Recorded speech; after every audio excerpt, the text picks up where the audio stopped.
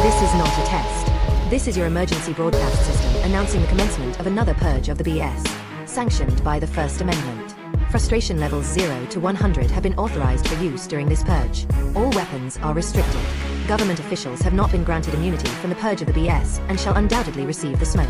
Commencing at the sound of the gong, any and all BS, especially unnecessary goofiness, will be purged without prejudice. Police, fire, and emergency medical services will be available, but they will be busy because they too will be watching the purge of the BS. Blessed be those who have already been victims of some BS. May God be with you all.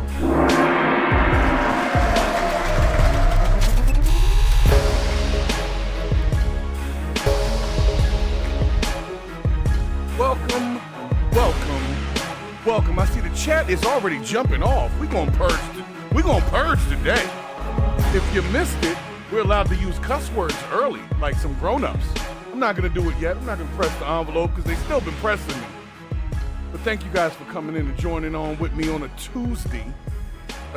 I gotta cover some things today. You know, I try to move in and out of what's important to discuss. Some things politically are important to discuss, some locally are important to discuss, but the first thing that I want to discuss is how much I appreciate the mods on this channel.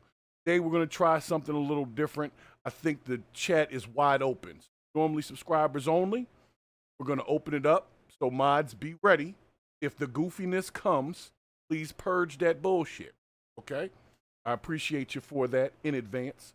But special shouts to Purple Groovy stopping in, IMZ, I know you're watching, all the rest of my folks, Jones Ferguson's, who stopped in as well. Thanks, Jones Ferguson, for stopping in. Make sure you hit that like button. Stop in. Check out Purge of the BS. So today, I know this is going to be an interesting one. I know y'all came here to talk about the Trump thing and the cashless bail, and we're going to get to that. But before we get to that, I want to cover a story that's been popping in and out of the news this last week or so, right? I don't know if you guys are a fan of Cracker Barrel, the food chain, if you call it that. I'm not a big fan. I'm going to be honest with you. I'm not a big Cracker Barrel fan. Cracker Barrel and Bob Evans is like, to me, it's like good hospital food. That's just me. Some people love Cracker Barrel. There's nothing wrong with that. Me personally, I'm not a big fan. I can go to IHOP and be just as satisfied with the breakfast, you know? And IHOP's chairs are normally a little bit more comfortable. So this is what happened, for those that don't know. Cracker Barrel went through a thing where they decided they wanted to revamp their logo and they wanted to kind of redo internal parts of the restaurant. And I think it came from a good place. I think they were trying to modernize it because it always seemed weird to me. You walk up on Cracker Barrel, there's a bunch of people rocking chairs out front. It's just scary for a big black guy. And the first word in the name of the place is cracker, and they don't sell crackers. So to me, it was like, oh, this isn't a place for me. This is the barrel for crackers. I'm not a cracker, so I need to go to the nigger barrel or whatever it is. Waffle House. I'm just being honest. So I've never been a big fan, but I have eaten there before. And, so people are apparently up in arms about this new Cracker Barrel situation. The fact that they apparently went woke. Now, sometimes we take this woke word a little bit too far. What they did was they upgraded the logo and they did the equivalent of taking the black lady off of the Aunt Jemima syrup. It's still the same food. It's still in the same location that you went to last week. The difference is there's no old barrel and cracker together on the logo. There's no barrel with the cracker, right? And apparently people were comfortable with the cracker and the barrel, and they didn't like the fact that the cracker and the barrel were removed. So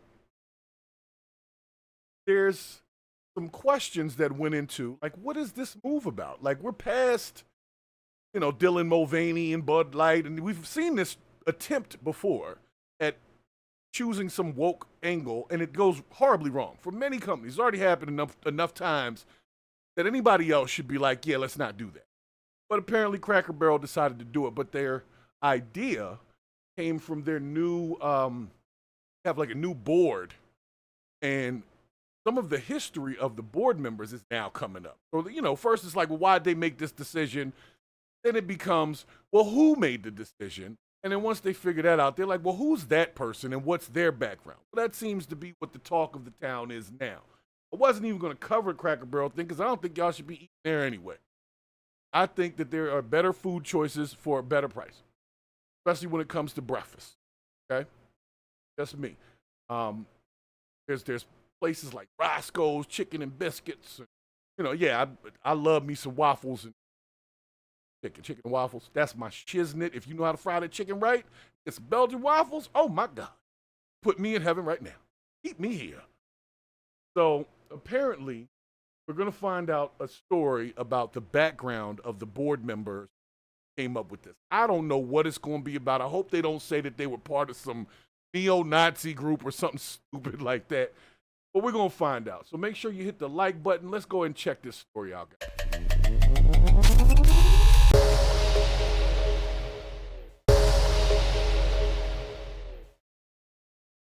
Welcome. Cracker Barrel gets cracked up. But let's find out what's up with this Cracker Barrel board member. Tales of Cracker Barrel board members' background raises eyebrows. Well, my eyebrows are up right now. So let's hope they do not disappoint. Let's go, Fox News. Welcome back. Cracker Barrel suffering yet another loss. Its stock opened slightly down today after losing $100 million in value last week. The popular Southern-style restaurant chain catching heat from customers who were very upset about its, quote, woke rebrand. And now we're getting a look at one of the company's top investors, Gilbert Davila, who became a member of the company's board of directors in 2020. He has an extensive background in DEI, according to the company's investor website. Davila heads up a consulting company that is, quote, a leading multicultural marketing, diversity, and inclusion and strategy firm in the United States. Gross. Emily, after all of the missteps that we've seen from various corporations, and you can put Bud Light at the top of the list, and just how much market share they lost after a couple of beer cans, did Cracker Barrel really not see this coming?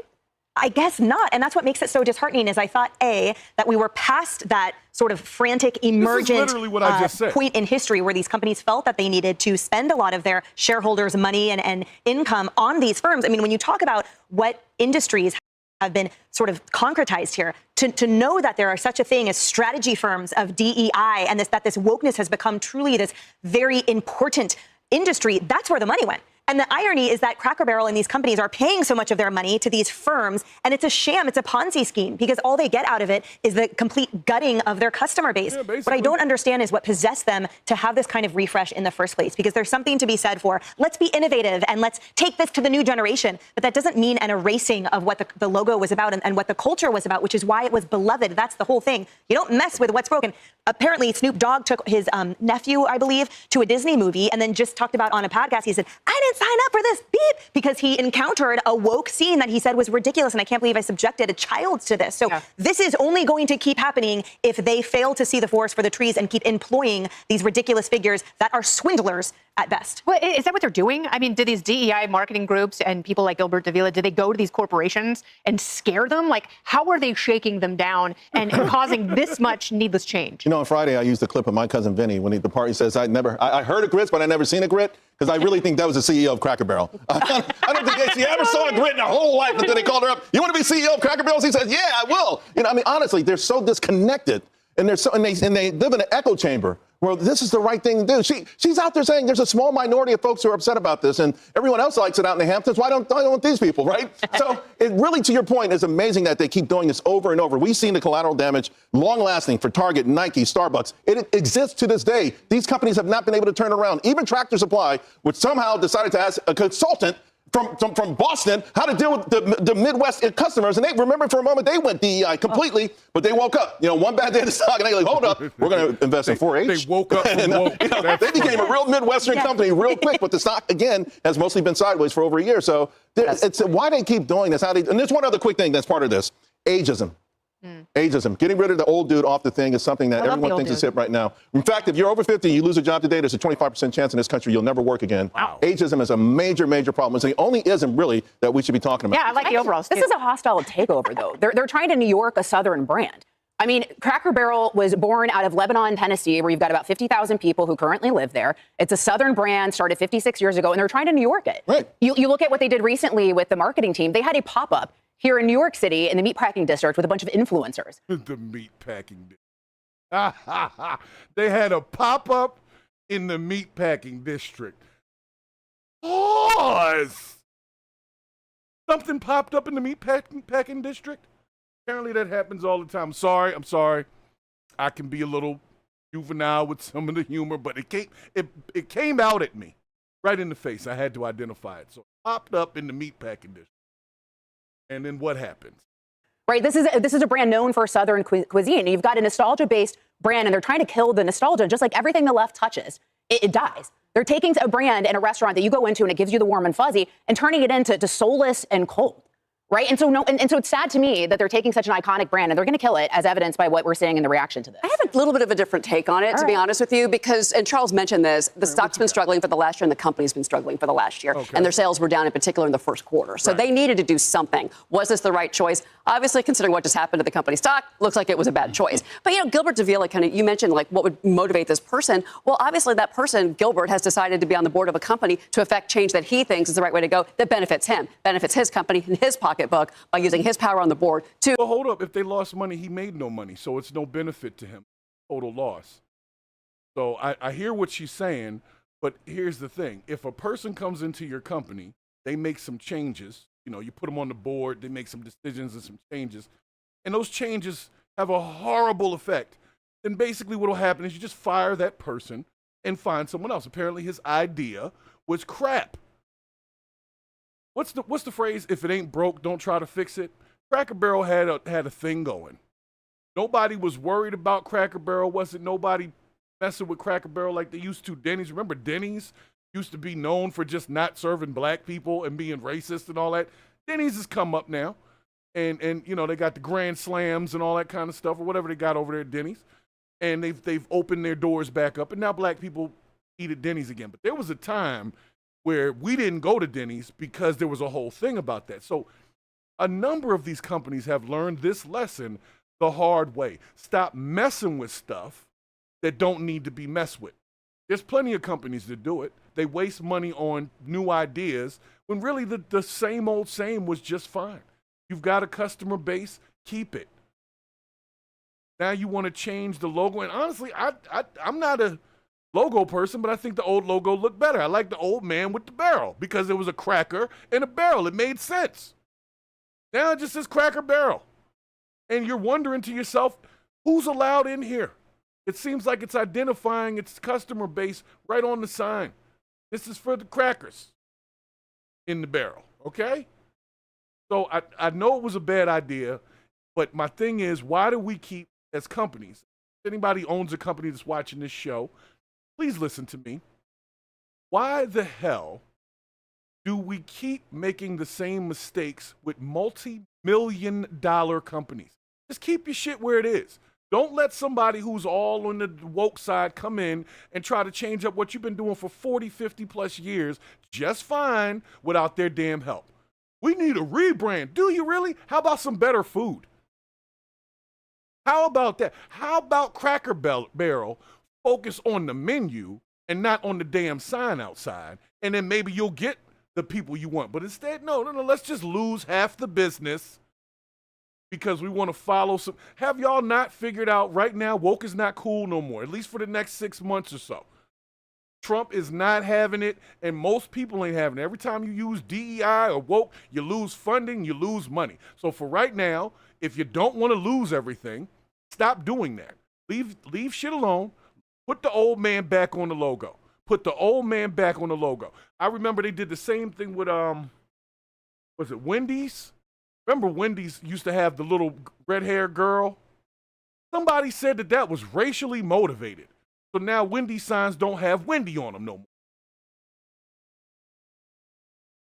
I didn't go there for the little red-haired white girl. I went there for the double stack or whatever that little double sandwich is that Wendy's has. The Dave's double. There you go. And so I'm just saying there is 1,000 other things in this world, in this country, that we could be spending time, effort, and money on when it comes to our businesses. Maybe we should be a little more open to hiring other types of people. But why every time they hire somebody, they got to hire somebody that wants to take shit to a direction that really doesn't help business? We're woke. Let me not even say woke. Were alternative lifestyle people not eating at Cracker Barrel because they felt they weren't welcome there? When you walk in Cracker Barrel, is there something in there that makes you think that gay people can't have a damn set of pancakes and bacon over there? There's nothing in there that, to me, if anything, it was a little old-timey, white people stuff. But that was the nostalgia of it, so we deal with it. With the wood chairs, shit was uncomfortable as hell. You better eat and get up out of there. Then they started putting the signs on the table. You got like 30 minutes from the time you get your food to get up out of here or something like that. They used to have a sign on the tables to basically say, hurry your ass up and get out of here so we can get somebody else and tip our wait staff. So you know what, Cracker Barrel, you lost on that. Now, I wasn't really eating there anyway, but every time people are in town, when they come visit me, or if I go out of town, somebody always says, let's go to Cracker Barrel. So you know what? From now on, I'm not going to Cracker Barrel. No more. No more. But truth be told, I wasn't really going there in the first place because I know 1,000 other places that got better breakfast, at least where I live at, for a little bit cheaper. And they'll give you a little 2 ounces of eggs. You know how they give you the little ice cream scoop of eggs? That's not even a serving. That's what they should have been focused on. They should have brought a fat person in to help them figure out the menu. Not some woke person whose only focus was the old guy with a barrel on the logo. That does not change how bland them pancakes are. At all. Very disappointed with you, Cracker Barrel, on that one. You let down the barrel and you let down the crackers. And I don't think they like it at all. So I'm through with them.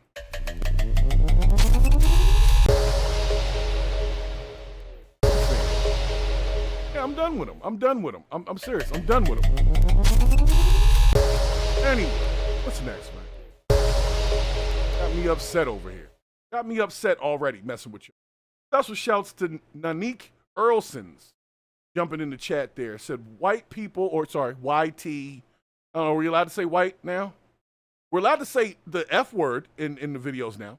Well, at least they say that. They still hit me. I just got hit for the other video the other day.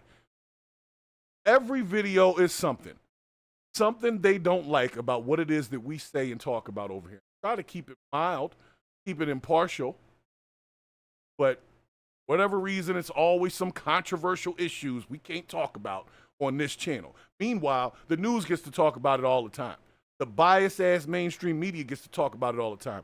But when we, independent media, get to discussing stuff, all of a sudden, we're not ad suitable. Man, get the fuck out of here.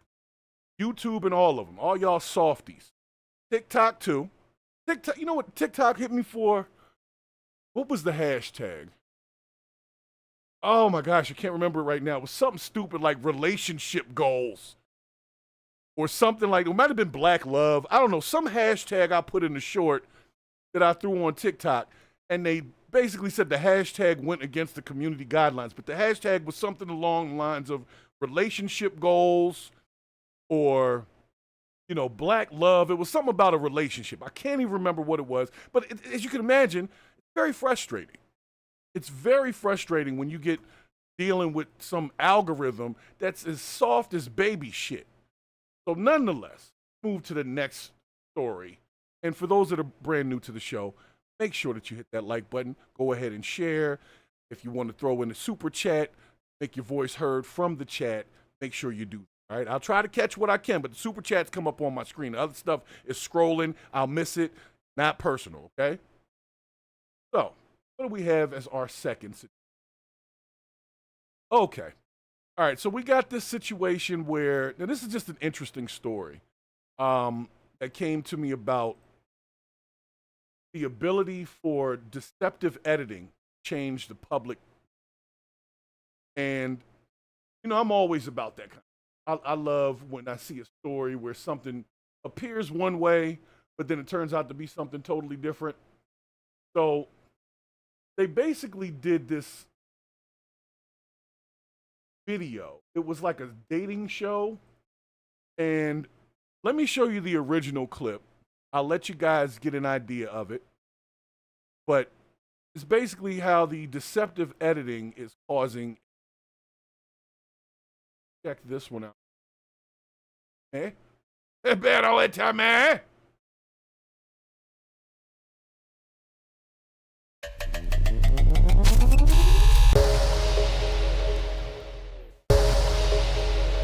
All right, so this right here, let me make sure y'all can see it. Yeah.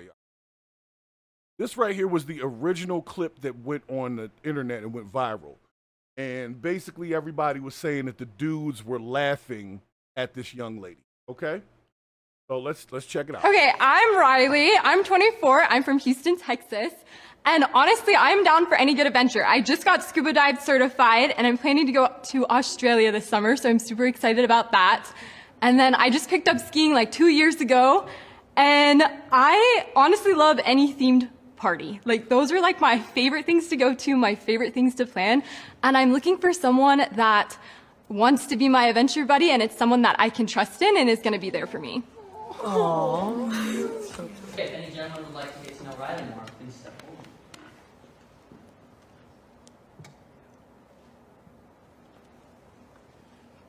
Okay. They're nervous. They're Damn. Come on. Nobody was like, yeah, I want to go on an adventure with you, Ralph. Hey, Riley, we're going to have you sit down. But thank you for introducing yourself. Kind of embarrassing. But here's the thing. From the way that this was edited, and I think this is what the point was, is this young lady is doing her little speech, and they're showing these guys over here with these looks, and they're laughing.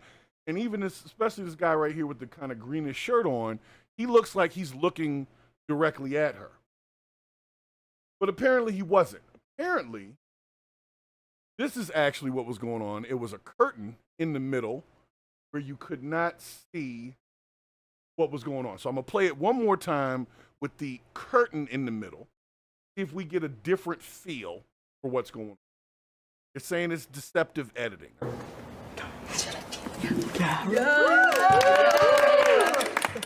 Okay, I'm Riley. I'm 24. I'm from Houston, Texas. And honestly, I'm down for any good adventure. I just got scuba dive certified and I'm planning to go to Australia this summer, so I'm super excited about that. And then I just picked up skiing like 2 years ago, and I honestly love any themed party. Like, those are like my favorite things to go to, my favorite things to plan. And I'm looking for someone that wants to be my adventure buddy, and it's someone that I can trust in and is going to be there for me. Aww. I wanted to go first because I thought all of these amazing people I'm with, I got to know them before the show, are literally amazing, and I felt like I needed to stand up and put myself out there first so I could like at least put myself out there and there was a chance.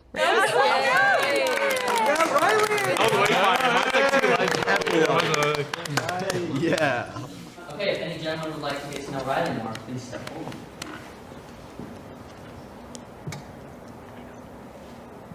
Damn. No. They're nervous. They're scared. They're so scared. Come on. Okay, Riley, we're gonna have you sit down, but thank you for introducing yourself. Yeah. All right, so let me the dude. First of all, Riley is not that bad looking, okay? So maybe if the guys could have actually seen her, that might have been beneficial. Apparently, none of them were into taking adventurous trips to Australia. But I'll be honest with you, Riley sounds like a quality chick. She sounds like she would be a fun time when it comes to going out. She likes costume parties, scuba diving. Now, you can keep the scuba diving. I'll be on the boat. I'll keep an eye on you, let you know when there's some sharks coming, Riley, but I ain't going down there messing with the marine life. The marine life is off limits for me. And it's not because I'm black and I don't know how to swim. I do know how to swim. I just don't mess with marine life. I used to be a lifeguard. I'm certified, okay? So what I do know is there's some things under the water that I don't play with. And so I just stay away from deep-ass water like that in the ocean. I don't mind jumping in a 20-foot pool, Olympic-sized pool, whatever, diving boards. I do all of that. But once you get to that ocean and them gulfs and all that kind of stuff, there is some marine life out there that will eat your leg and be happy with it. Okay? And I've seen it in enough clips that I just don't go playing with that. But I'm gonna say this. To those guys, Riley wasn't interesting. To those guys, it didn't matter if there was a curtain there. What they were trying to make us think is that these guys saw her and saw her as unattractive, and that's why they weren't, interested. But the truth is, they never actually saw her. They weren't interested in what she was talking about. Now, me personally, there's not too many women out there like this little Miss Riley. Seems like she's in good spirits, wasn't even pissed off when nobody wanted to meet her. But the deceptive editing, I don't really think it was deceptive. I don't think these guys were interested in what she had to say. So unless they were going to pull the curtain back and she looked like the baddest thing ever, it wasn't going to change the fact that these guys weren't interested. So I don't really think it was deceptive editing. But they did a whole thing, the damn community notes and all that kind of stuff. And they're like, there was a curtain. They didn't even see Riley. And they're acting. Look, man, they didn't want to go on a hiking trip, man. Like, let it go. Riley let it go. And I guarantee Riley's going to find herself a good man. Riley is a quality chick. And she probably was too good for those dudes anyway. But here's the thing. These weird-ass dating shows like this, what is that, The Blind, whatever, and you got the Pop the Balloons thing, and you got all these different little dating shows. Then you got the ones that are actually on TV, like The Bachelorettes and The Bachelor, Love Island, and all this other stuff. But at the end of the day, if a person finds you attractive, then they will find you. But you got to get your ass out the house. And get your booty off the internet. Like, if you want a quality dude, ladies, if you want a quality dude, I'm not saying that Riley should have showed more leg. She could have tightened up the outfit a little bit, made it a little more presentable. But she's not an ugly woman. I've definitely seen worse looking women than Riley. Riley is you could dress her up real quick, put her in a nice little dress, take her out. She would look great. She's got a great smile, seems excited. So I call bullshit on the whole deceptive editing. The guys just weren't interested in what she was talking about. It wasn't about her, looking a certain way, which is what they were trying to make it seem like. They were making it seem like the guys saw her and that she was so hideous that they just didn't want to meet her. But I don't think she's that ugly. That's just me personally. Not even say that ugly. I think she's an attractive young lady. Her outfit is a little frumpy, and probably, that probably means something to her. She probably always dresses like that. She could use one of them makeovers. But I guarantee she did an extreme makeover, you wouldn't even recognize Riley. Riley would be a baddie. So to those guys that didn't want to talk to Riley because of what she was saying, you're entitled to your preferences and your opinion, but I think at least one of y'all missed out. This is a quality lady over here. But for the deceptive editing people and all the people making a bunch of noise about it, shut up. They weren't interested in what she had to say. They never saw what she looked like. So it's not about looks on this. They didn't want to go scuba diving. Simple as that. Miss me with the whole deceptive editing and they're trying to make you think she's ugly. Well, if you think she's ugly, that's your preference. Get off of it. Like this. Do with this shit.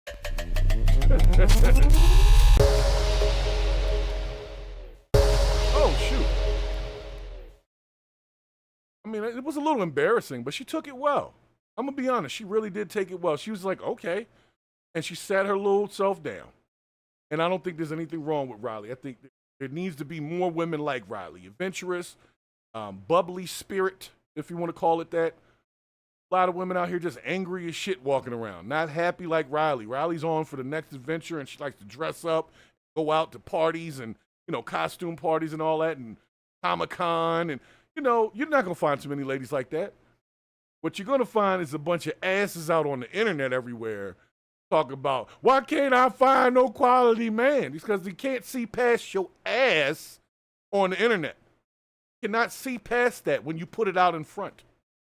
So if you want a quality dude, put out quality content about yourself. Like Riley just did. I guarantee Riley got a date by now. Somebody saw that clip like, oh, stupid. I'm going to get me a Riley. They got them a Riley. So thank you. IMZ, Purple Groovy. Y'all know what I'm talking about. Riley is not ugly. She's just frumpy is the word I could think. The only word I could think of, she's frumpy. But I can see she got nice long hair. It's kind of curly. She can do a whole situation with that. Put on a little makeup. Maybe not too much makeup. Keep it natural looking. But, even out the foundation look. You know what I'm talking about. Y'all ladies know what I'm talking about. Don't take much for some of y'all. Just a little hairdo, clean your face, take a shower, and y'all look amazing. Now, some women got to put in a lot more work. But there's a number of them. You just got to clean them up real quick.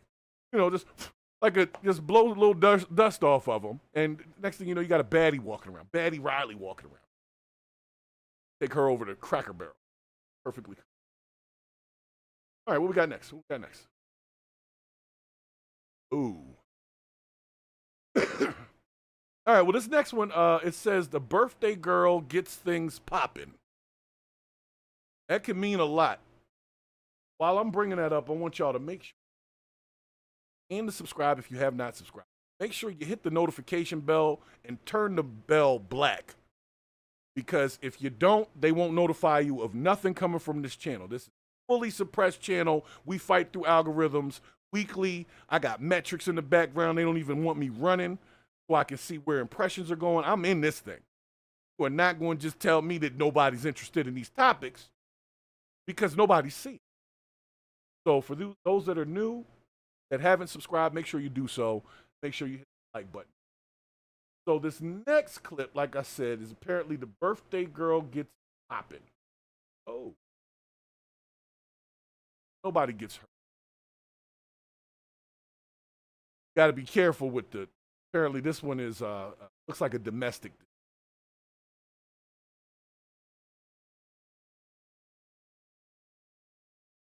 He said Riley had too much energy for her. Hey, man, I ain't going to be able to keep up with her on the back trails if she get to running up a hill or something. Look like she don't be doing nothing but adventurous.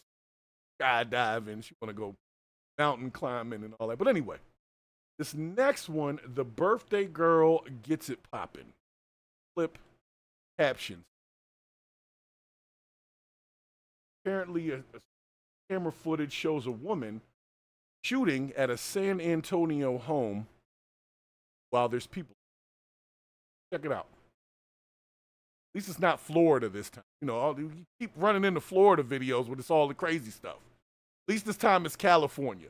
Something about the sun on either side of the coastline. It just, the vitamin E or whatever the hell it is, UV rays, you pick it. You pick your poison, but there's definitely something in the air on the coastline. I don't know what that's about. But anyway, let's check this out.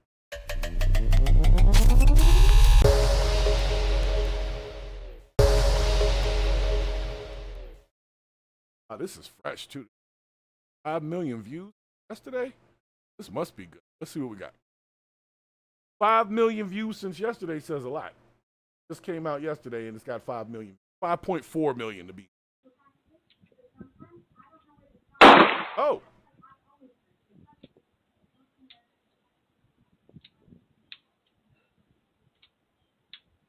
Go. You got cookie dough in the damn trigger? What are you doing here? Did she say Riverside, motherfucker, or something like that? What did she say?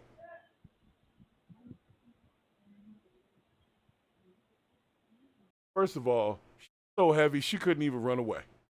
You see, she started with a jog, little hefty jog right here. But she got to the fence and was like, whew, and that was all she had. She had about 4 steps of escapism in her. She had 4 steps. Do something, bitch. Oh, do something, bitch. Got to the fence, was like, oh, that was a lot. And just walks off. All right, this is privilege. If you don't know what privilege looks like, this is what privilege looks like. I'm going to walk up to my neighbor's house, randomly shoot at the house. Apparently, she doesn't know how to operate this gun too well because it keeps jamming. This part right here, she keeps jamming it.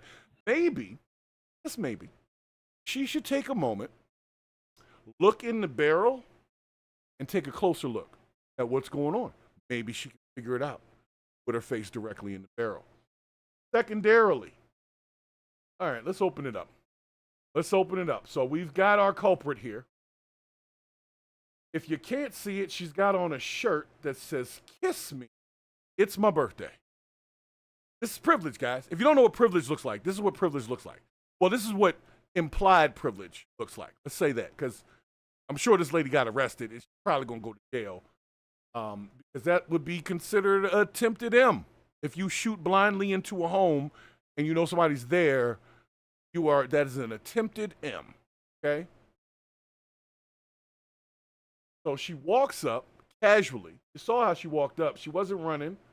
Walks right up. She doesn't care about the ring camera. Doesn't care that it's daytime. That's privilege. She doesn't care about any of the rules in this because she's mad.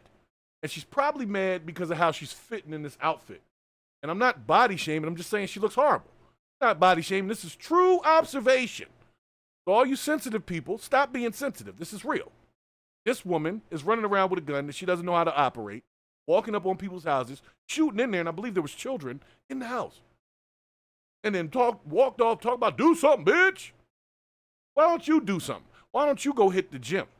Why don't you go find something else to do other than bother your damn neighbors with your "Kiss Me, It's My Birthday" shirt on? Obviously, nobody's celebrating your damn birthday because you're out there by yourself. That's why you're mad. I bet Riley wouldn't have been out there by herself. Riley wouldn't have been out there doing like this. We need more women like Riley. Not this thing. She looks like she's got a whole spare tire literally just sitting around her waist. So she needs to be focused on, I mean, honestly, this is probably the first time she's gotten out the house in a while and walked around like that. So if it takes some beef for you to get healthier, drop about, I'd say 75 pounds. She dropped 75, she'd probably be a baddie. But if you can drop 75, you probably would have dropped 75. She didn't drop 75. She's out there with sweatpants on where the elastic is about to pop. You know, when the elastic is super stretched, that's what her pants is going through right now. The pants are screaming. Pants are screaming. So I don't know whose girlfriend this is, but you should have done better for her on her birthday. She seems upset, and she's pissed off at the neighbors, and she's probably going to go to jail. And that goes along with the topic of this episode because of this cashless bail situation. I don't know. She may not have it because that's an attempted M. Those bails are pretty pricey. So whatever her name is, or what her name is. Yeah, this was 2 days ago. What is her name? Most people just are joking her about the fact that she couldn't operate the, which I guess is good because probably could have been a lot more lethal if she'd have. I'm just going to be honest with you guys. This lady doesn't look like she's having a good, damn sure ain't enjoying her birthday. Because this is not the kind of stuff you do on your birthday when you're having a good time. Whatever her name is, miss, I got 2 suggestions for you, and then I'm going to leave you alone. Number 1, go ahead and hit the gym. Don't be embarrassed about it. Go ahead and hit that gym. Work that spare tire off. You probably still will have a little rumpage available. Because I can see her face. She looks like from the neck up, she's pretty cute. But from the neck down, ugh, what happened? She looks like Patrick from freaking SpongeBob. You know? Hey, SpongeBob. Hey, SpongeBob. So, anyway, somebody, if you see this lady out, go ahead, you take her for a walk somewhere, help her burn some of them calories. Maybe she won't be upset. Maybe she was just hungry and didn't have cake on her birthday. That's the kind of stuff that sets people like this off. Gotta watch out. You gots to be more careful. All right, I'm done with her.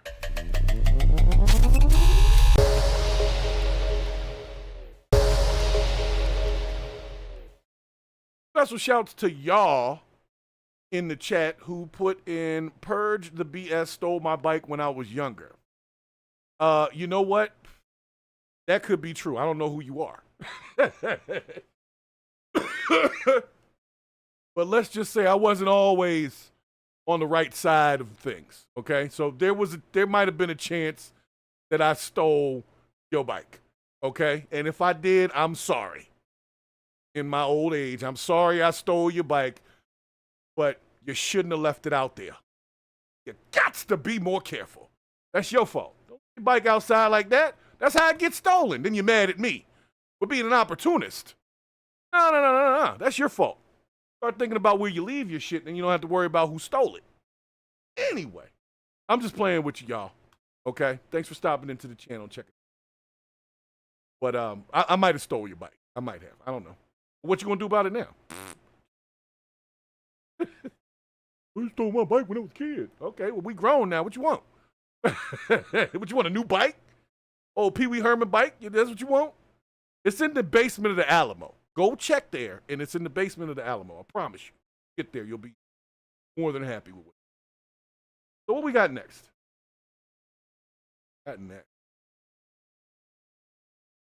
Oh, we got police on police. Always fun. Caption says, police get pulled over by the police. So that's pretty vague. It's pretty vague, but I'm going to go with it. We're going to run with this. See where it takes us. Okay, so off-duty cop apparently was seen speeding by an on-duty cop, and the on-duty cop, I believe he gives chase. Let's find out. Got here.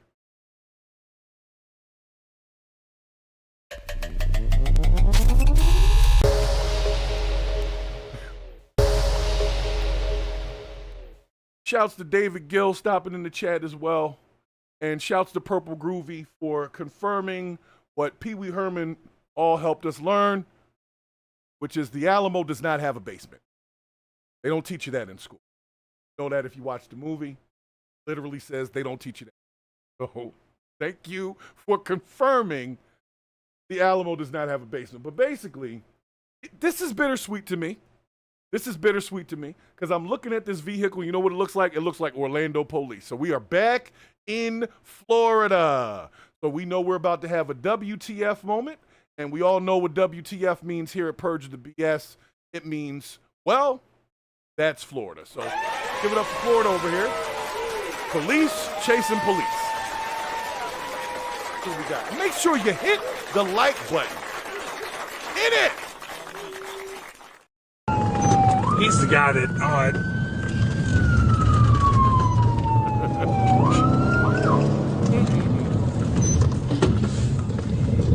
copy down that bumper number.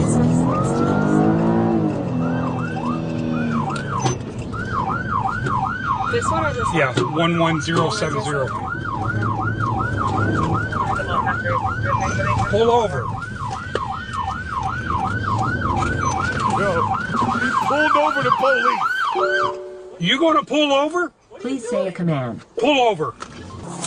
No, does he really pull over the police? 3113 to 313. What? I am going into work, my man. Why are you trying to pull me over as I'm going into work? Because you're going 80 and a 45. I am going into work. Okay, where are you going to work? What does it look like I am dressed for? What does it look like I am dressed for? My name is Deputy Hilton, and they see your driver's license. No. Okay. 3113, copy at 1050. 10-4, I got a city Orlando PD. Yo, that's hilarious. That is hilarious. I don't know. There's something satisfying about it, guys. There's something satisfying about it. I don't know what happens after the fact. I don't know if the guy gets in trouble. or if he loses his gig. But truth be told, if a police officer is not responding to a call and they don't have their lights on and stuff like that, they're supposed to be following the same traffic rules as everybody else. So props to this officer for jumping on that. Now, the other cop says, I'm on my way to work. You know how many people have gotten speeding tickets trying not to be late to work? And when you say that to the officer, they're like, why are you driving so fast? And you're like, I'm late for work. I got to get to work. I don't want to lose my job. You know what they normally say? Tough shit. Slow your ass down. Take this ticket. And if you're going too fast, you go to jail. You're doing 50 miles. I think it's 50 miles over the speed limit. Or you double the speed limit, depending on how low it is. So if it's 25 and you're doing 50, that's double the speed limit, but that's not 50 over. That's a jailable offense in Florida. So this officer technically should have been going to jail. He was doing, or close to it. He was doing 80-something in a 45. So he was just under double the speed limit with no lights on, going into opposing traffic, doing everything that normally gets you shot by the police if you're a regular citizen. But he thinks he's above the damn law because he's on his way to work. So I'll let y'all watch it one more time. He's the guy that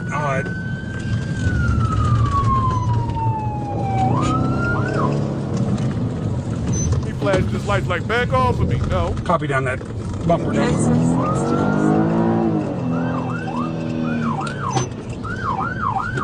This one or this one? Yeah, 11070. Pull over.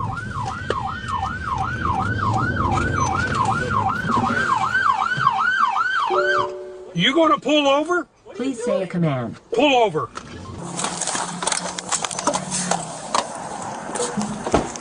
Three 113 to 313. What? I am going in. My man came in a little hot. What? What do you mean, what? I'm going to tell you right now, they could have been, I thought they were going to start fighting. The way he came out at him, because the what that I heard, it made me upset. I'm like, hold on, who is you talking to like that? I'm the police. I run this. King Kong ain't got nothing on me. That's what I thought he was going to say. He didn't say anything cool like that. You know. 3113 to 313. What? I am going into work, my man. Why are you trying to pull me over? Imagine if you said that to a cop when he pulls you over, when you're rushing to get to work. I am trying to get to work, my man. Why is you pulling me over? You're going to jail is what's going to happen. Because you're going 80 and a 45. I am going into work. Okay, what are you going to work for? What does it look like I am dressed for? What does it look like I am dressed for? My name is Deputy Hilton, and they see your driver's license. No. Okay. I see. Do that as a private citizen and then go to get back in your car, you're going to have a rough time in the next 32 seconds. They're coming through that window. They're going to put you on your face, and you're going to end up in the back of their car. Your shit's getting towed because now it's in the middle of the damn. So I will say this. I get it that the cop was trying to be impartial by pulling him over, but the way that he treated him after the fact, this guy definitely feels like he's above the law, and that officer didn't make him feel like he needed to humble himself. The second he stepped out that car and said, what? He should have grabbed the wrist and pushed his ass up against the car. You out here excessive speeding. We don't play that around here. You should know better, officer. That's how you handle shit. You kind of got sunned. When he stepped out and said what like that, you got sunned. So I appreciate you thinking you was doing something, but that cop didn't care that you pulled him over at all. So I hope he got reported. I hope he lost his job because this is not the officers we need. We don't need these kind of officers. We don't. This guy's a freaking idiot. Could have killed somebody out there. No lights on. At minimum, he could have put his lights on and then nobody would have said nothing. So why not just put your lights on? If you want to be speeding like that, go ahead, throw your lights on real quick. I'm not going to ask no questions if I see a cop car come speeding by with his lights on. And, hey, he's on his way they're going to kick somebody's ass. I don't know. But he was wrong for that. And the second he was basically called out on it, he didn't accept any accountability at all. He went right into, I'm on my way to work. Like, that gives you the right to be an idiot. It doesn't give the cop the right to be an idiot if it doesn't give the rest of us the right to be an idiot. And I'll be damned if I'm doing 80 and a 45 and an officer pulls me over, it's probably not going to be a lot of conversation. They're going to lock my ass up. See what I'm saying? So he was being nice by even having that conversation with him. And the other cop didn't care at all. So I'll let it play out one more time and then we can 3113 to 313. What? I am going into work, my man. Why are you trying to pull me over as I'm going into work? Because you're going 80 and a 45. I am going into work. Okay, where are you going to work? What does it look like I am dressed for? What does it look like I am dressed for? My name is Deputy Hilton and they see your driver's license. No. Okay. Okay. 3113, copy at 1050. 10-4, I got a city All right, well, we get it. So I doubt that cop had any real consequences to it. Cool body cam, though. Appreciate it. Thank you. Done.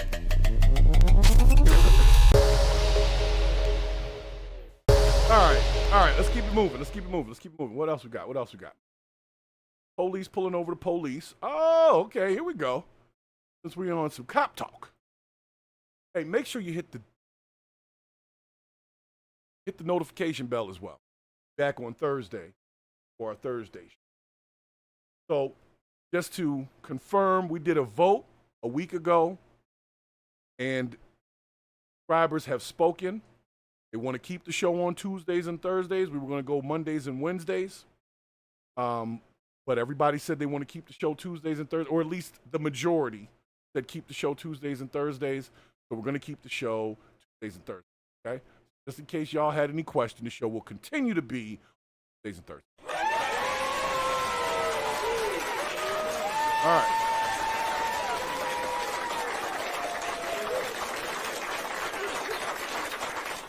So this next one, apparently, the Coast Guard does the most successful drug bust in history.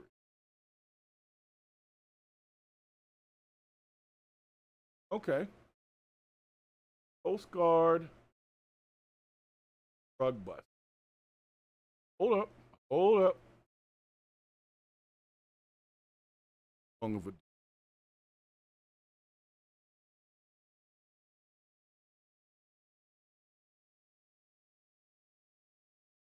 go with big, like big.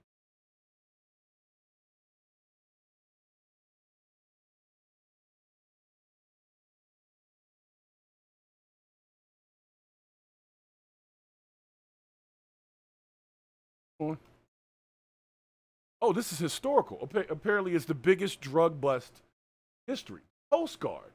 Now, here's what's funny: is the Coast Guard, the National Guard, and Coast Guard, they get a lot of flack from other branches of the military, West military, like that they're like the goofy stepchild or the half brother that didn't get the good genes, like that kind of thing. That's how they treat Coast Guard. But it looks like the Coast Guard might have taken the cake with this one. Y'all got to check this out.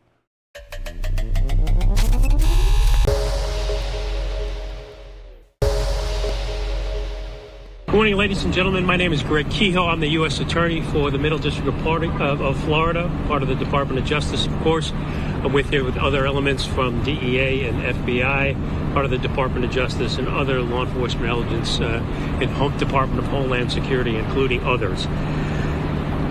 This element is in the Middle District of Florida is called Panama Express, and they are investigating these matters. And Panama Express, so you know, is the most successful counter-drug operation in the nation's history for over 25 years. The U.S. Attorney's Office, FBI, DEA, Coast Guard Investigative Services, and the Department of Homeland Security have done the following. Contributed to the arrests of almost 4,000 drug traffickers, including 400 leaders in these organizations. Denied over $45 billion in revenue, and seized over 1.3 million kilograms of cocaine. Did this man say 1.3 million kilos? That was about to fly half the damn nation. 1.3 million kilos. So you know a kilo is its own thing. 1.3 million of them. That means they had a whole cargo ship or something filled with cocaine. They arrested 400 people, and they took all of these drugs off the streets of America. I will have to say, I warn you, if you're one of those people that does this, price is about to go up. It's about to be a dry spell. You will not be able to, you can't take that much off the street without there being a knee-jerk reaction to prices, and hopefully people stop doing cocaine. Like, that'll be cool. You know, maybe we can have that happen. That'd be awesome. If people would stop smoking crack and doing cocaine, that'd be okay with me. But 1.3 million kilos. Look, if you move that kind of druggage, it's because you've been moving that kind of drug. This is not something you wake up on a Thursday and like, yo, let's pack 1.3 million kilos into a cargo ship and send it on over there. They've been watching these folks for a minute. That means there's been a lot of successful delivery.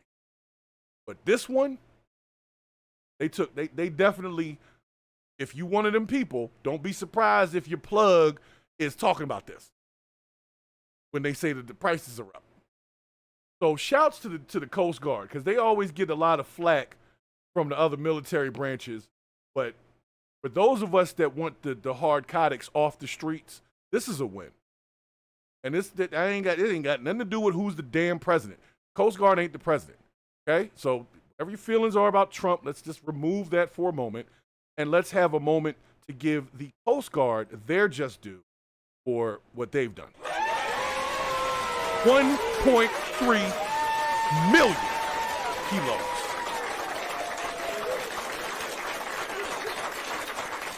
And you ain't gonna move that kind of product if you have nowhere to sell it. So I'm gonna tell you right now, everybody in the USA, how about we just stop with that? We don't want the drugs in the country. Maybe we should stop doing cocaine. Maybe. I mean, just a thought. It's just a thought.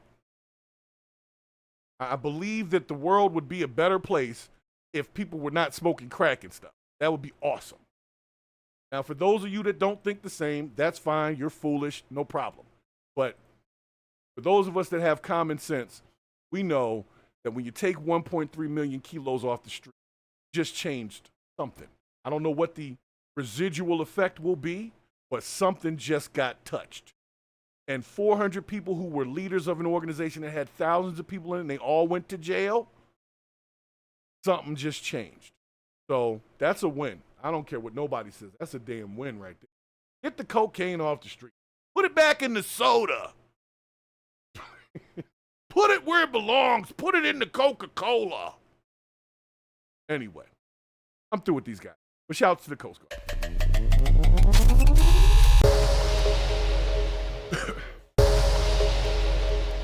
Hey, special shouts to Debbie Lucas stopping in the chat as well. Debbie, you get the gong for that. That's for you. Thank you for stopping in. And thank you to No Captivity with Freezy, my man Freezy stopping in as well. Make sure y'all check out Freezy's show as well. I'm going to get him on here to purge the BS with me one of these times. But you definitely got to check out No Captivity with Freezy. Check his show out, man. I like the setup. I like the background. I like the folks he brings on. Some of them are a little wild and crazy and goofy, but the overall conversation is pretty awesome. So, and they go from anywhere from trending events, relationship stuff, red pill stuff. You got biblical stuff that they'll talk about over there. So you can find a lot on Freezy's channel. So make sure you check out No.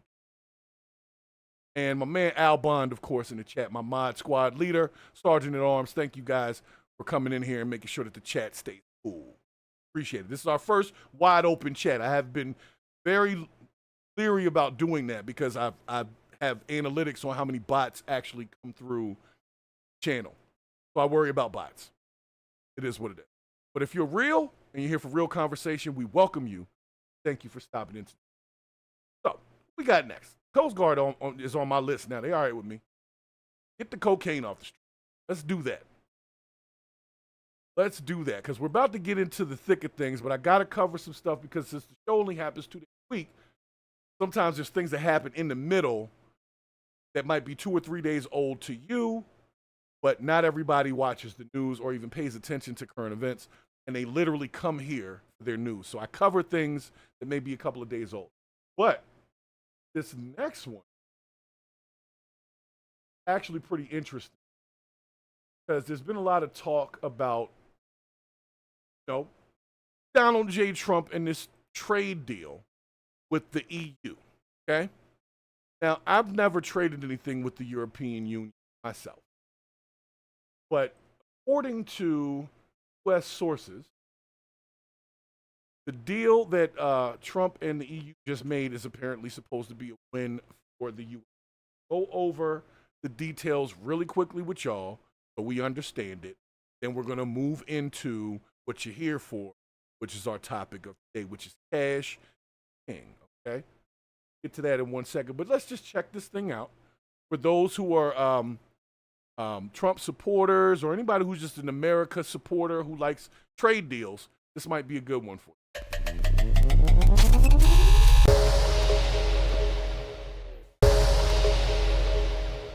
Oh, it didn't do the thing. There it goes. Okay.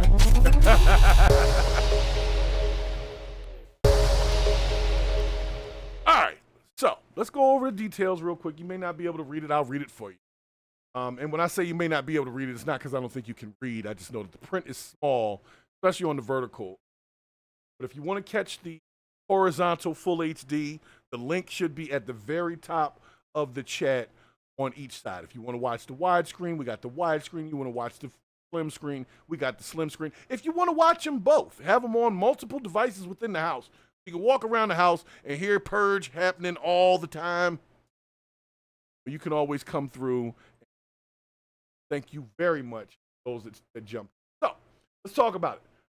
So the first thing, and one of the most important things, was the tariffs. So the U.S. is going to impose a 15% tariff on most EU imports. So that's going to be autos, pharmaceuticals, semiconductors, lumber, and they will lower auto tariffs once the EU passes matching tariff cut legislation.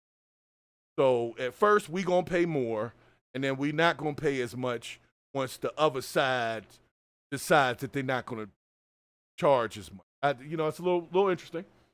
All right, so it's September 1st. U.S. will apply only MFN tariffs on EU. What is MFN? I thought it was short for motherfucking. You know what I'm saying? They put a K in there. That's motherfucking. So we'll just say that then. So from September 1st, the U.S. will apply only motherfucking tariffs on EU aircraft parts, generics, chemical precursors, scarce natural resources. Eliminate tariffs on all U.S. industrial goods and grant preferential access for U.S. food and agriculture. So the deal is, we got some stuff that they could use. They got some stuff that we already use. And they're going to charge people a little bit extra. Going to charge people a little bit extra of how they're going to deal with the imports coming. All right, this is tariffs. We've been talking about tariffs for the whole year. So, okay, this is energy and tech purchases. Going to buy $750 billion in U.S. LNG, oil, and nuclear products. Okay, they're going to buy oil from us and nuclear products. Now, when you say nuclear product, does that mean like a bomb or just, I'm not well versed in that stuff, but I would assume a nuclear product is something pretty important. And it will purchase at least 40 billion U.S. AI chips, microprocessors, semiconductors. EU firms will invest $600 billion in U.S. sectors by 2028.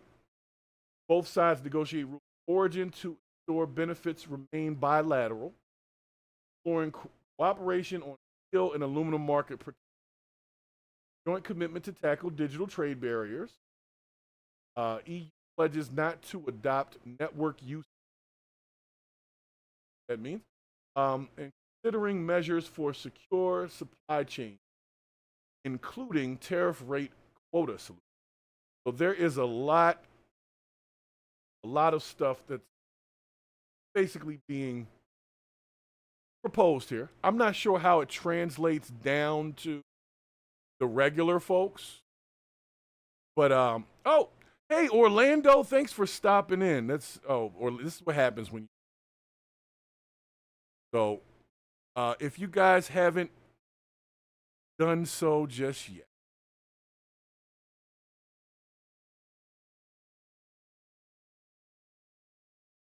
Right. So, nonetheless, so back to this. So it just looks like they're going to invest a bunch of money in what? Gas, electronics, AI chips, some more stuff. I guess that's a win for those that are tracking this. But we'll see how that all lines up, because it's all talk right now. I'd have to get into the weeds of exactly what these investments are going into. How does that return to the people, and so on and so forth. But what I do know is gas is still too damn high. Simple as that. Gas is still too damn high. And I don't know, is Orlando still in the chat there? Orlando, you still in the chat? Yeah, gotta go. That's it. Shit, yeah. All right. So if my mods see that, please handle it. And at this point, I want to see what the comments. Most people just say it's interesting, bullshit, get this bread. All right. I think we need to keep an eye on this as to what it actually, because it's good talk for right now. The good talk, but at this point, I don't see how it translates into real world results for the average citizen here. I don't know, but we're gonna find that out over time. So for those of you that are into investing, definitely want to invest in US LNG, oil and nuclear products. On the tech side, companies that are making semiconductors and AI chips. My investment. That's where the wave is going to go right now. You take the money that you were wasting on investing in Cracker Barrel, and you can put it into something that's going to make some money by 2020. Okay? That's for you. So right now, I'm like I said, I'm going to keep an eye on this, but I'm just going to start with the basics. Gas is still too damn high. So until I see that change, nothing else really means anything. He's not going to give everybody a raise at work, so you're not going to make more money just because of it. So the cuts have to come from the products. Prices have to go down on the products so you get more money in your pocket. Right now, most people are not just getting a raise because Donald Trump made a trade deal. So until you bring the product prices down, it's not really helpful to the average Americans. But I appreciate that they're doing something. They're trying to trade and they're trying to make it peaceful or whatever it's going to be. But I appreciate it. Sort of a win. We'll see where it goes. All right.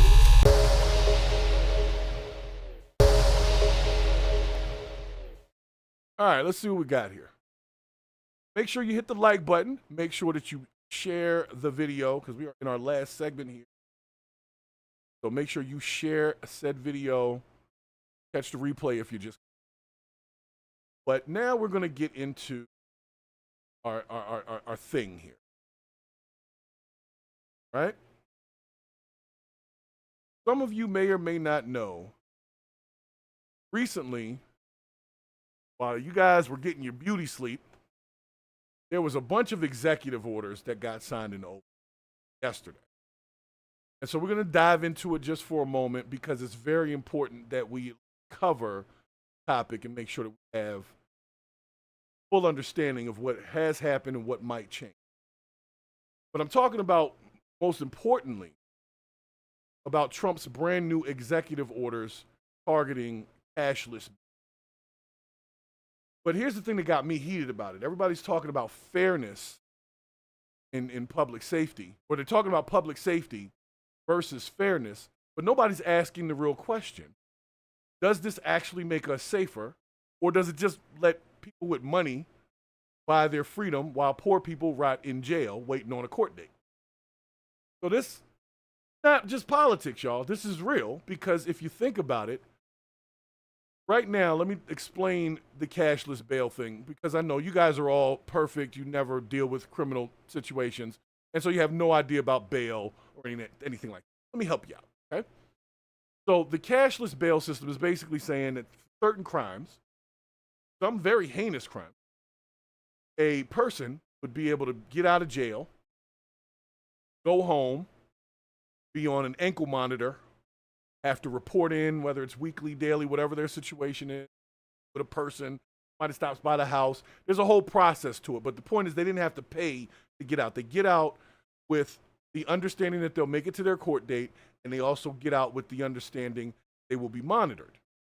But what does seem to happen, and I've already covered enough stories about this, which is people get out on monitoring and go commit other crimes.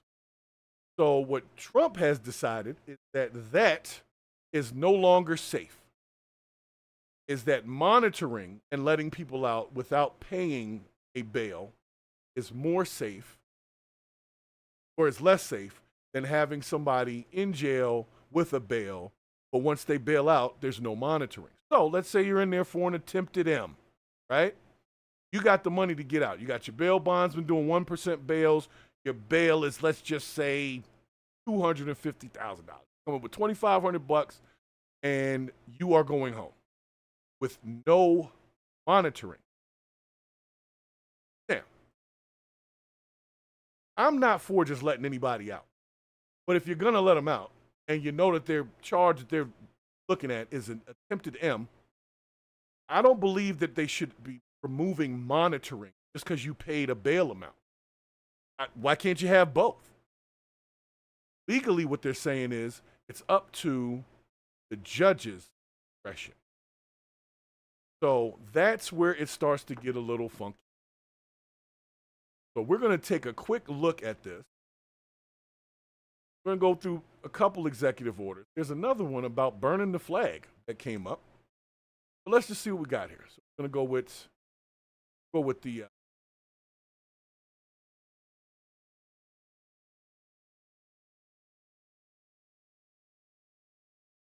1 second. And make sure you hit the like button.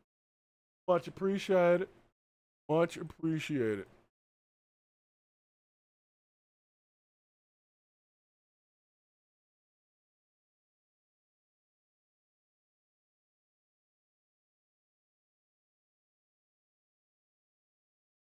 Bring it on. So, thank you again.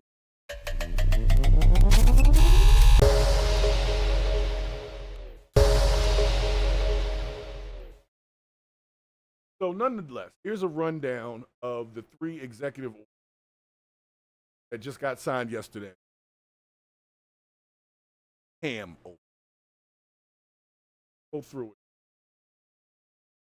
Let's go. Could I ask you to say exactly what this is? Of course. So as you've consistently identified, sir, cashless bail policies are a key driver of the disorder we see on city streets all over America.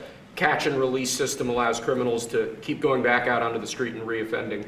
What this executive order does, it charges your attorney general with identifying jurisdictions all over the country that have cashless bail policies, and then it withholds or revokes federal funds and grants that are flowing to those jurisdictions to ensure that we're only supporting the people who have reasonable common sense policies around crime. So what area does it cover?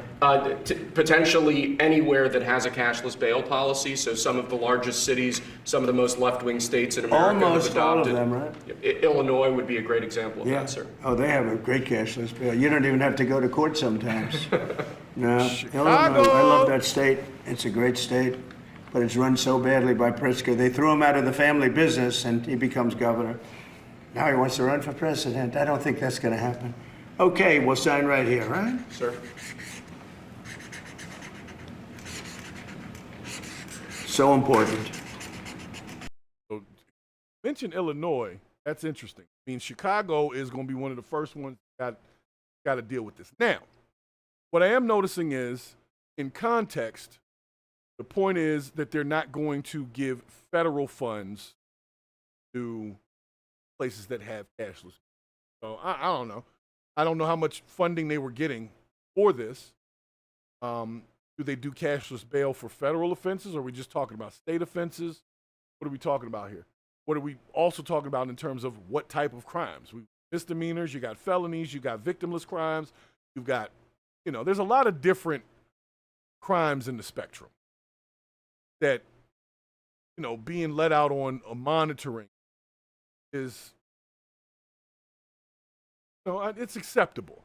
But let me help y'all understand. Some people are getting this confused with the term ROR, which is known as released on recognizance.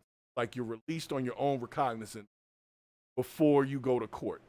ROR still exists because this thing, cashless bail thing, has to do more with higher crimes, felonies, violent crimes, things like that. Or at least that's what they're saying. Because it might turn into something else. It might be turned into a trespassing charge. You can't just go home. You got to pay $500 or whatever to get out. We'll see how that works out. That was the first one. So the second one, executive order to federalize D.C. That's about. This is an executive order that contains a number of additional measures relating to crime and law enforcement in Washington, D.C. It charges, for example, your Secretary of Defense with establishing specialized units in both the D.C. National Guard and in National Guard units around the country, specifically trained and equipped to deal with public order issues. It charges all of your various federal law enforcement agencies with hiring additional personnel to allow them to surge personnel to Washington, D.C. to deal with the current emergency here. It does a number of other things in that space, and it also asks the Attorney General to look at D.C. Metropolitan Police general orders that have currently impeded law enforcement efforts in the city, and to potentially look at unwinding those that are stopping the police from doing their job effectively. And are we going to ask this to be codified by Congress, all of these things? I think we could potentially, yes, sir. I think so. I think we should. I think we'll get it. I think Democrats will vote. Well, I don't know. It's hard to believe that they might not, but I think Democrats will actually vote for this.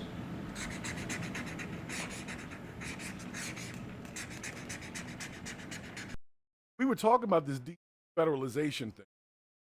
So this might have real world implications.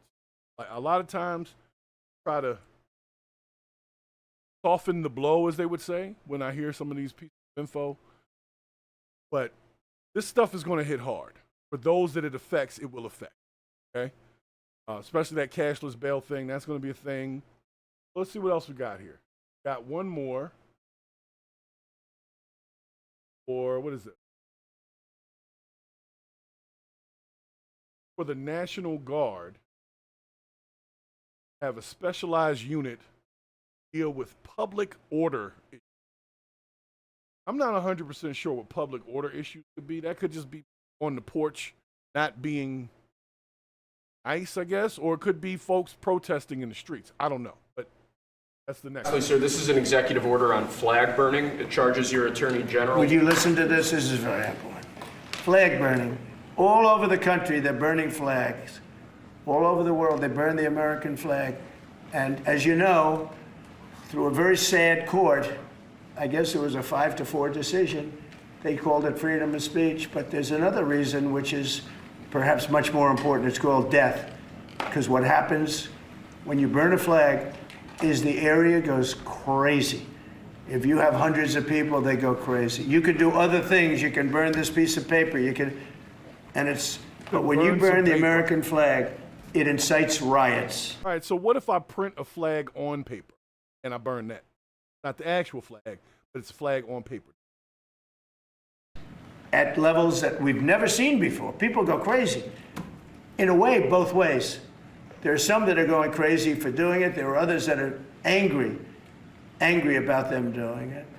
Do you want to discuss that? Sure. So what the executive order does, sir, it charges your Department of Justice with investigating instances of flag burning, and then where there's evidence of criminal activity, where prosecution wouldn't fall afoul of the First Amendment, and instructs the Department of Justice to prosecute those who are engaged in these instances of flag burning. And what the penalty is going to be, if you burn a flag, you get 1 year in jail. No early exits, no nothing. You get 1 year in jail. If you burn a flag, you get, and what it does is incite to riot. I hope they use that language, by the way. Did they? Yeah, incitement is incite to riot. And you burn a flag, you get 1 year in jail. You don't get 10 years, you don't get 1 month. You get 1 year in jail, and it goes on your record. And you will see flag burning stopping immediately, just like when I signed the Statute and Monument Act. 10 years in jail. If you heard any of our beautiful monuments, everybody left town. They were gone. Never had a problem after that. It's pretty amazing. We stopped it. But this is something that's, I don't know, in a certain way, it's equally as important. Okay, so flag burning will get you a year in jail. Whereas previously it was considered freedom of speech. Burn the. So for those of you that were planning flag burning ceremonies and events, just keep in mind, they're giving out a year in jail for that. Federal crime. So it's not a state crime, it's a federal crime. We'll have a federal judge following these federal mandates and federal executive orders. It won't be your county courthouse in a federal court. Have to do a year for that. So personally, I don't think it's worth that. I don't think making your point and burning the flag is worth doing a year. There's a bunch of other things that I could think of that would be better uses of your time and effort. And if you're going to go to jail, I can certainly think of better causes to go to jail behind. If you live in America and you don't like America and you want to burn the flag and all that, you could just move somewhere else. Like, there's nothing stopping you. You could just go do something else. So if this is a problem for you, like you're just so addicted to flag burning that you can't not do it, then yeah, you're going to get a year in jail, and don't say I didn't warn you. And if you're going to burn a flag, do not make the mistake of most people, which is filming it and putting it on the damn internet, because they just do some context following and they'll figure out who you are, and then you're going to go to jail. And then imagine sitting in jail for a year for that. You lose a lot if you go to jail, especially if you you're the only person paying for your house or wherever you live and your car and all that. All the bills are yours. You go to jail, if you don't have some money stacked up, you're going to lose everything. Everything. Over burning the flag. I think that's a stupid thing to do. So I think we can cut that for a little bit here if you want to. But he did say paper. So I believe if you create a flag out of paper, and it's not the material, cotton or polyester, whatever it is they use to make them things. If you make it out of paper, you can burn it, according to what. So just be a little bit more strategic in your flag burners, because they're not playing. What's this last one here? All right, now we're going to talk about D.C. Now, look, I heard D.C. has been different. I heard it's been a little safer. I'll be honest with you, because it's just not as many people outside, not as much debauchery available to get into. And nobody wants to just go to jail for being on their steps. Like, jail sucks. All of them suck. It doesn't matter if you're an immigrant in jail, in Alligator Alcatraz, or if you're in, Rikers up in New York or wherever you are. Doesn't matter where you are. Jail sucks. If you've ever watched them shows like Lock Up and 60 Days In and things like that, there is no nice jail that people go to. All of the jails kind of look the same. And there's always plumbing issues, and there's always rodents, and all of them suck. So you don't want to go there for a weekend, let alone a year, over flag burning or sitting on your porch. And with this cashless bail being gone, you're going to pay some money every time you go down to the booking. So the question is that cashless bail for all crimes within a state, or are we just talking about federal ones? I don't know. But let's what J.D. Vance, a.k.a. DeBeard, has to say here.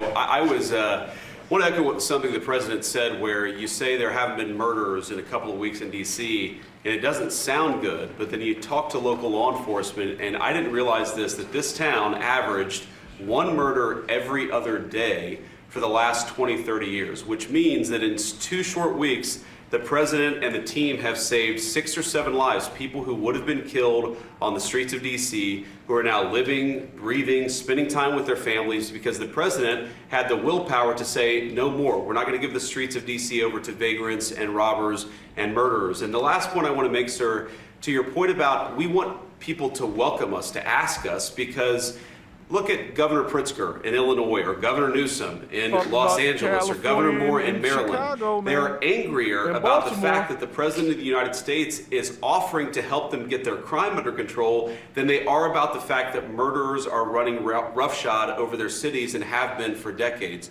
Why are Democrat governors angrier about federal law enforcement helping clean up their streets than they are about the fact that those streets need to be cleaned up to begin with? It shows a real sickness in the head.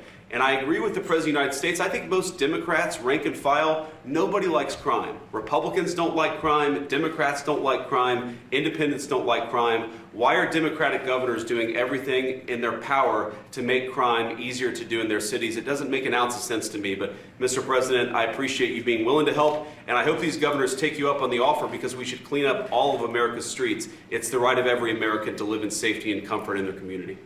Now, I'm not all for the military running all the streets, all of the major, because it's not a good look. I'm not saying that certain places couldn't use the help. There are some very violent, dangerous places in this country. There are. But we can be real about that. We can also be real about if there haven't been any murders in the District of Columbia in the last 2 weeks, that is a good thing. You know, whether or not we like Donald Trump doesn't change the fact that I like people not dying. I like that. I like people not dying. I'm sorry if that rubs y'all the wrong damn way. But to echo what Sean and Joanna said in the chat, this is all distractions to keep people away from Epstein. And where Ghislaine Maxwell was locked up, that's not the jails I'm talking about. I'm talking about regular people jail. The people that are burning flags, the people that are committing most crimes are not billionaires or, you know, connected to high-powered individuals. They're just regular criminals. And regular people go to a regular jail, and regular jail is crap. So what we're not going to do is in any way try to make anyone think that jail is nice. I don't care where Ghislaine Maxwell went. We know she went to Club Fed, just like Martha Stewart did. But 99% of people that get locked up don't get that kind of a setup. So we got to be honest when we talk about it. Not saying that places don't exist that are nicer, the federal prisons, but most people don't get that treatment. Most people get the same treatment you see on Locked Up Raw or 60 Days In, or want to take it back. Remember, what was it, Oz? Remember the show Oz? More like that. It's dirty, it's dark, concrete and metal everywhere. Basketball court is 10 feet wide, and you got to get 8 people playing at the same time. Fights break out, people get stabbed. It's a rough place. Ghislaine Maxwell didn't go to the jail that we go to, that us regular citizens would be trapped in because cashless bail is gone. Now, if you got a couple dollars, like I said, I know a bondsman that does 1% bonds. So you'd have to have $1 million bail before the average person couldn't find a way to afford that. You know, whether they put up some collateral, a car, house, whatever, most people can come up with a few $1,000s if they need to. So if your bail is anything less than $1 million, it might be all right. But most people don't have that kind of money. Most people don't have $1 million. And the other thing that you may not know about bail is when you pay that percentage, you don't get that back. If you pay the whole thing, like you say you got a $50,000 bail, you pay $50,000 to get out. When you go to court, you show up at court, they give you the $50,000 back. But if you go through a bondsman, and let's say you pay $500 or $1,000 or whatever their rate is for that bondsman, you lose your $1,000. The bondsman puts up a surety bond for you to show up in court, and once you show up, they get their money back on the surety bond. So they got that money back plus the $1,000 or whatever else you paid them, put up the surety bond. So it's just telling you right now, the bail bondsman system is about to make some money, because now there's going to be certain crimes that people were getting released for before that are now going to have bail associated with them. You might have some homeless guy get locked up for an open alcohol container or something in public and may not have any money, might have like a $500 bail and be sitting there on a $500 bail. Now, before y'all get too wild out about it. Remember, it still comes down to the discretion of the judge. So a judge could have you in there for a $500 bail and 2 weeks later have a bail review and release you on your own recognizance. That can happen. Not saying whether it will or whether it won't, but what I'm saying is the only thing that's really changed here is the fact that if you have an M charge or a very serious charge, that once you pay that bail, they don't monitor you at all. They expect you to just show up to court because once you paid the bail, that was your payment. There's no monitoring left. So if you let an attempted murderer out on the street because he had the money, now you don't know where he's at. Could be 6 months before court date, he'd be gone. In another state, change his hair color, new clothes, the whole thing. Working a job under the table, you won't be able to find him. And now you got a bunch of attempted murderers walking around with no monitoring. That part I do not like. I don't like thinking that, you're paying your debt by paying your bail. You're still actively awaiting a court date. So if you're a violent criminal, the last place I need you to be is walking the hell around with nobody paying attention to where you're at. That's not safe to me. And this cashless bail system and the money that is made from that, who does that go to? Not you and me. It goes to either the bail bondsman or to the courthouse. That's who's making money. The system, the justice system, or the bondsman. You make nothing. So it doesn't benefit us to have this system. It benefits us to have a monitoring system when people go home on pretrial, when they're there for violent crimes. And what they're proposing here is remove the monitoring because to them that costs too much. So we just take the bail money and then hope that they show up in court. We're going to see how that works out. We're going to see how that works out. So, quick question. Between the flag burning, you get a year for flag burning now, and the cashless bail system changes, I don't believe that this is a win for public safety. I believe that people who have money are going to use it to basically pay their way out of jail immediately and be out here on the street doing whatever it was that got them locked up in the first place. They're going to be doing all of that with nobody monitoring where they are. Please explain to me why that sounds like a safer option. I get the money, but the money doesn't go to the victims, not going to anybody but the court and the bail bondsman. So where's the benefit for the average citizen when it comes to safety? Now, I understand the flip side of it is that there are people that don't have money, and they'll be stuck in jail for an extended period of time over a low-ass bail. I've seen it happen before. I know a guy that was in jail for 6 months for a $1,000 bail because nobody wanted to pay $100 to get him out. And then when he got to court, what did they say? Time served, and then that was the end of it. So he ended up never actually having to pay the bail, and he did eventually end up getting time served, and he went home. But it was months he had to sit in there for that. So sometimes bailing out early is not good. If you sit there, get time served, sometimes on smaller crimes, that's it. They'll be like, all right, that's enough, and you go home. But if you bail out, let's say the first day, you've served no time. So if there's time on the table, they're going to come back and hit you over the head with that when it's time for trial. So this is a very slippery slope. This is a very, very slippery slope. And I don't know whether it's going to be a net positive or net negative, but I will say this, I don't think it's safer, because that's what they're trying to push, is that it's safer to remove the cashless bail system.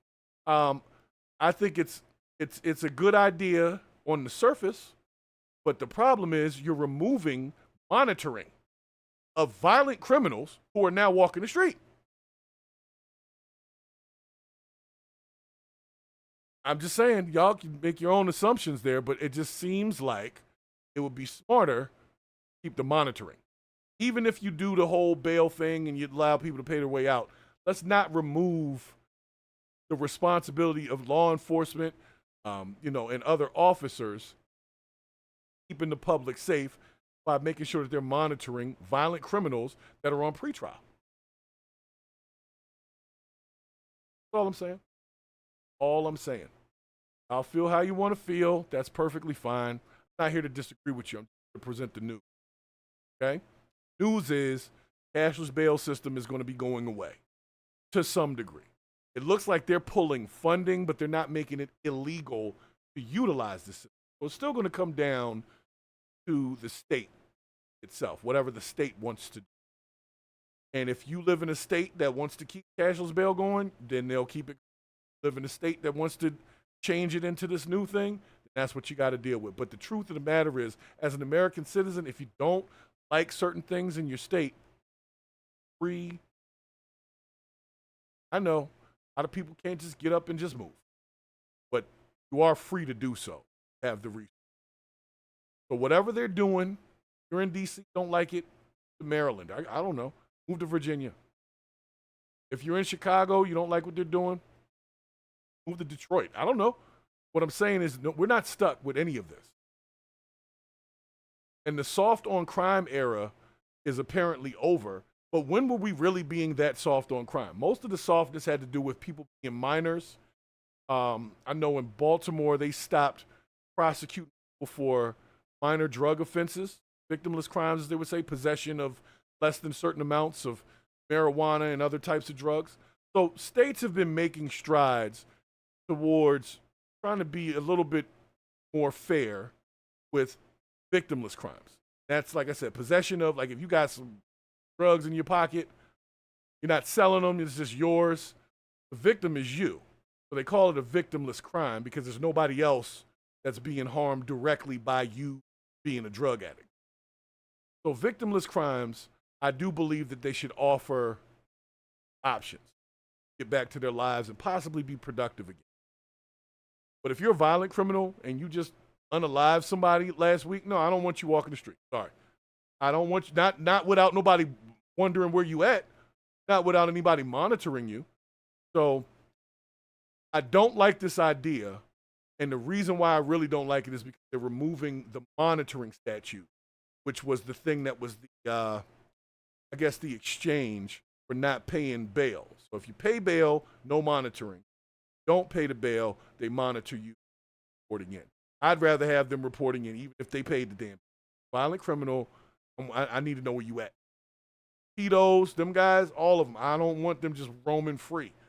You're in there for possibly lewd conduct with a minor, and they're just going to let you walk the street because you paid your little bail. Dangerous. Dangerous. It sets a dangerous precedent there. So the people with money get to come on out, and the people that don't. And that's it. That's it. I mean, I don't know what else to tell you guys. So, rule number 1, stop committing crimes. Number 2, if you're going to be a crimer, a criminal, better keep some bail money. Because all that, we're going to go down there, spend a week, get a review, and come home, it's not happening. At this point, they're going to gouge all the money that they can from the people they can get it from. If you got it, you getting out of there. Nobody wants to sit in jail. So if you got it, you're going to kick it out. Even if you got to call family members you haven't talked to in years. You got to get the family members together, and they all putting up $25, $50, $100, get you out. People going to get out. They're going to make a hell of a lot of money on this. I don't know where it's going to go, but it's not going to us.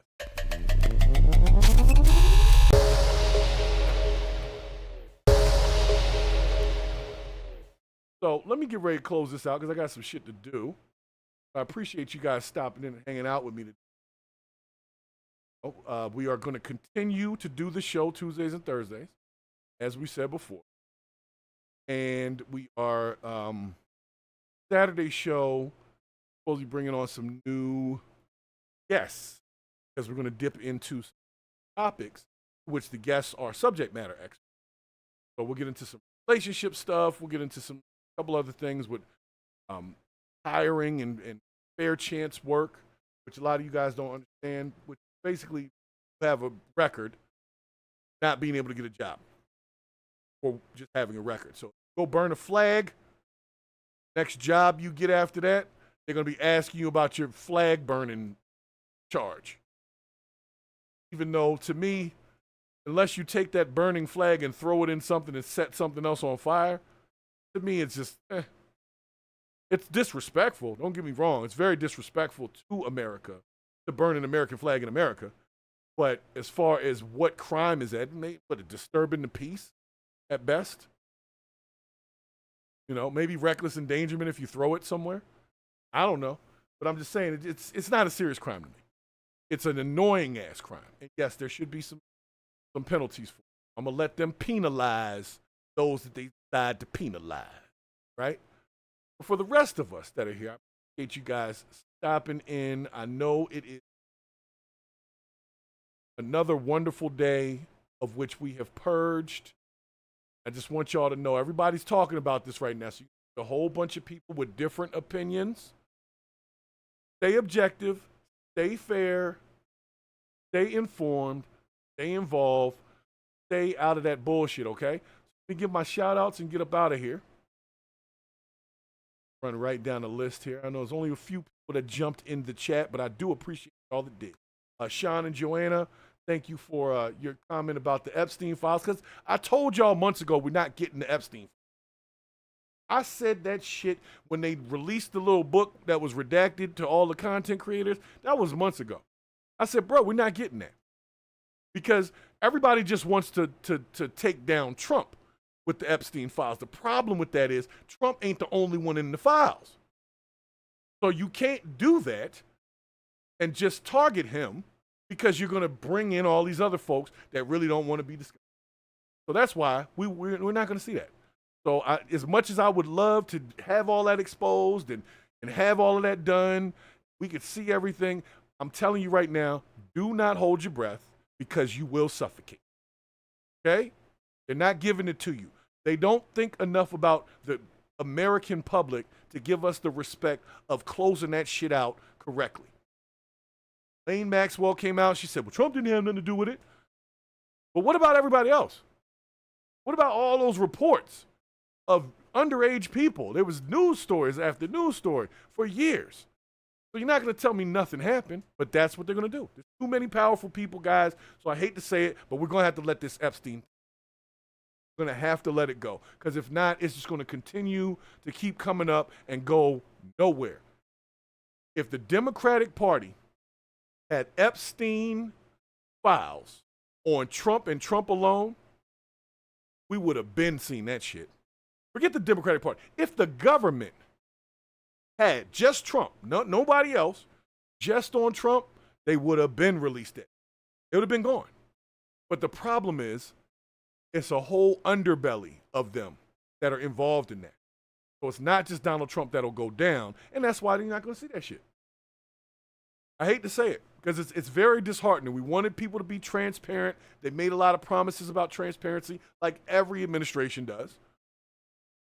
But when it came down to it, and when the rubber met the road, I smelled bullshit when they released the first batch.